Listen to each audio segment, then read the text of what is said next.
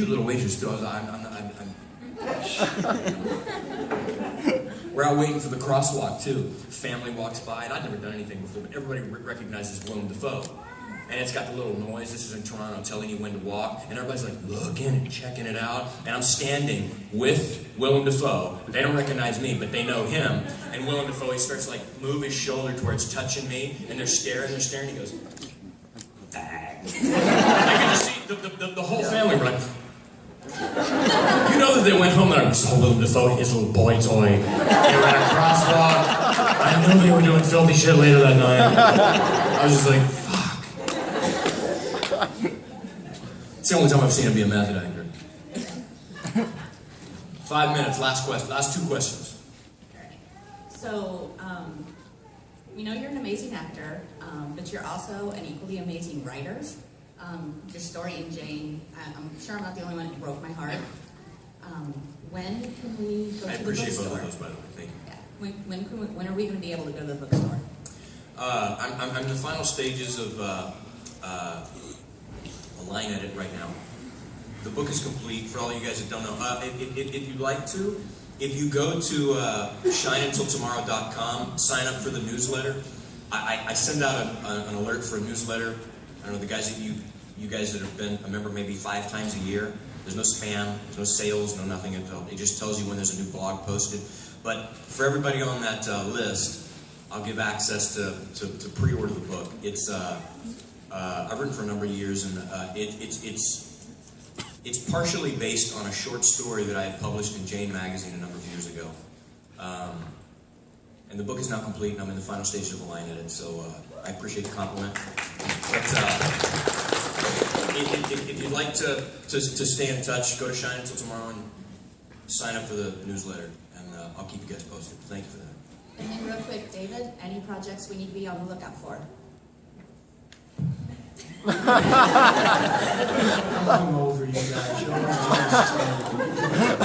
always does it to me. I don't drink, really, until I go to these shows. When I'm in there, I go 40 days. You know, if I don't do a show, I don't even drink. And I got to drink to get on the plane. Then you guys, hey, let me buy you a shot. All right, come on, all right. You don't want to go outside, have a joint. All right. and then that goes on Friday. Hey, I got a speedball. You want to cook it up? Can you find it, man? And then here I am Sunday, and you ask me questions. And Ryan's like, you know, I don't really. Thank you. That is a golden heart right there. Yeah. Even though he went, yeah, actually, yeah, it's golden. But that's true, man. Golden heart right there. Yes, ma'am. I was just going to get a bit serious for a moment. I know that someone was discussing kind of morality of the movie.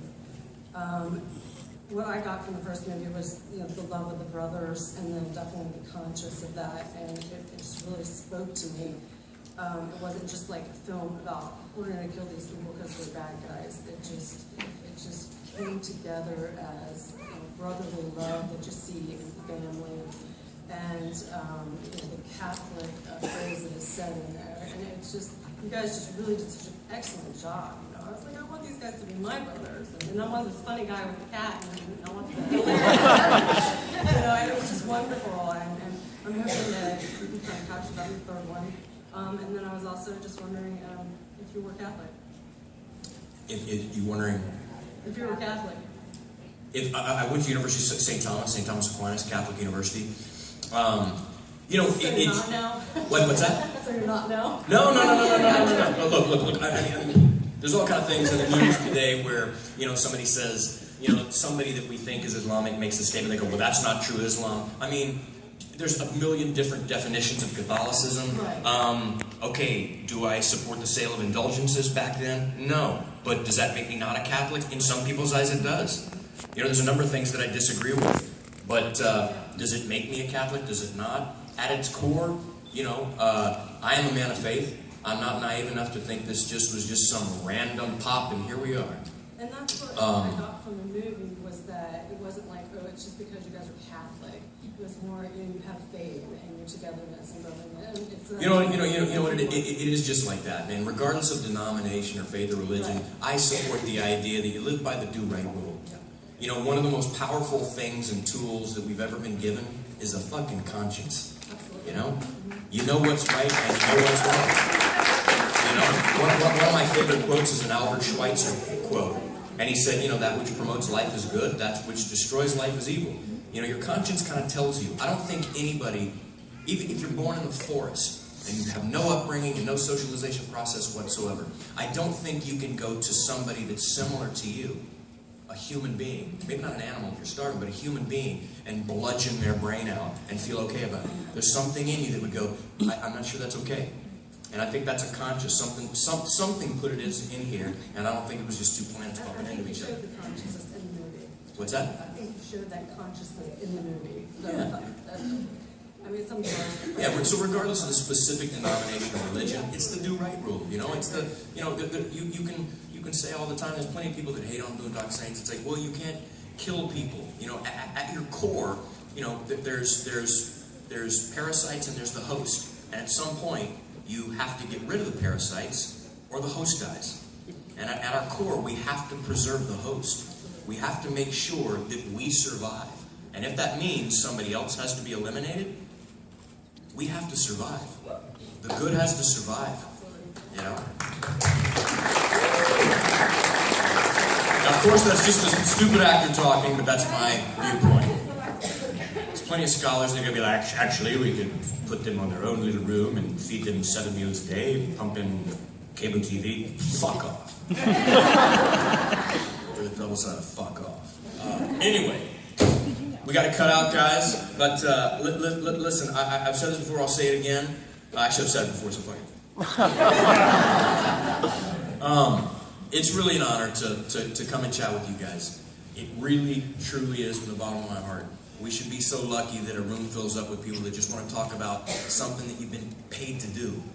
You know, they paid us to make these movies. We should be so lucky to have jobs that we would actually do for free, and we would. Don't tell producers that, but it's the truth. So then to have people that love something you do for a living so much that they just want to come and talk to you about it, it's flattering, it's humbling, and it shakes my fucking soul. So God bless you guys, and know that however much you think that it's a one-sided relationship, an appreciable relationship is this. Every party needs to feel like they got the big end of the stick. Oh my God, why is this person doing this? But just know that we think that tenfold for y'all. Why the fuck do you guys travel this far to come and talk to us? We should be so honored. Because I meet people all the time that are like, oh man, it's so neat that you... No. It's an honor that you guys show up. Some of you guys drove from Texas and from Florida to come up here and hang out with us. And it's an honor and it's a privilege. And if I could do it 10 days in a row, I fucking would. It really... So God bless you guys.